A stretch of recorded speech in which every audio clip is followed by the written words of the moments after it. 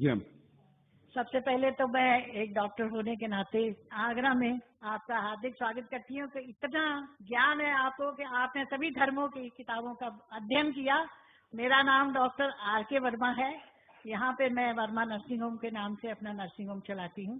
اور یہ ہال جو ہے میرے پتی دیو کی دین ہے. جب وہ میئر تھے آگرہ کے تو اس سمے انہوں نے بنوایا تھا. آج جو جس میں اتنے لوگ یہاں سب بیٹھے ہوئے ہیں.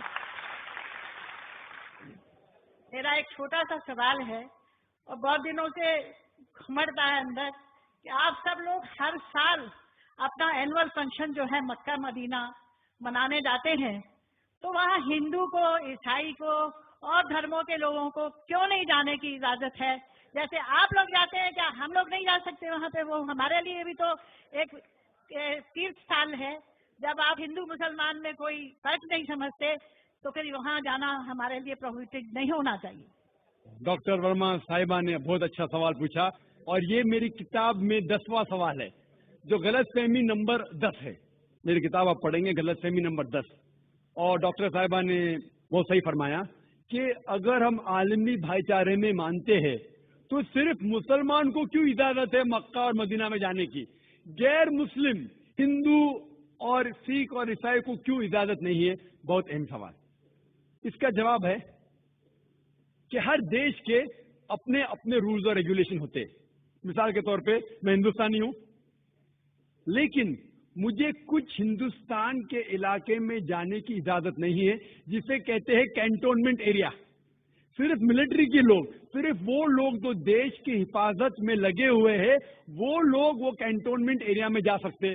میں نہیں جھگڑ سکتا ہوں، میں اس دیش کا ناگرک ہوں، مجھے کیوں نہیں جانے دیتے؟ نہیں، یہ گورنمنٹ کا رول ہے.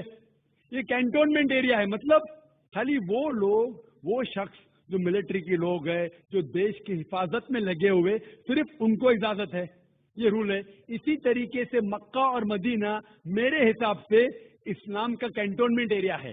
وہ لوگ، صرف وہ انسان جو اسلام کے لیے جان دینے کو تیار ہے وہ لوگ کو الاؤڈ ہے، باقی لوگ کو نہیں. ہم مانتے ہیں کہ سب انسان ہمارے بھائی ہے، بھائی چارہ کے اندر وہ انسانی بھائی ہے، اس کا ہم اعتراض نہیں کرتے، لیکن صرف وہ بھائی لوگ الاؤڈ ہے جو اسلام کے لیے جان دینے کو تیار ہے. اور ایک اس کا جواب ہے کہ جب بھی آپ کوئی ملک میں جاتے ہیں اس کے لیے آپ کو ویزا لینے پڑتا ہے، ویزا. اور سب سے ڈیفیکلٹ ہے امریکہ کا ویزا، خصوصاً 11 سپٹمبر کے بعد. 50 سوالات پوچھتے.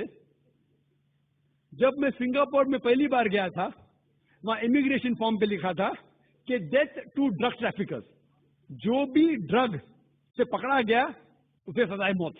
اگر مجھے سنگاپور میں جانا ہے تو مجھے یہ تسلیم کرنا پڑے گا کہ اگر میرے پاس ڈرگز ہے تو مجھے سزائے موت ہوگی.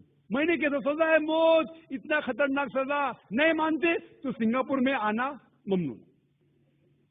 تو آپ اگر سنگاپور کا ویزا لیتے آپ کو تسلیم کرنے پڑے گا کہ ڈرگ والے کو سزائے موت. اسی طریقے سے مکہ اور مدینہ جانے کا ویزا ہے. آپ صرف اپنے زبان سے کہو لا الہ الا اللہ محمد رسول اللہ.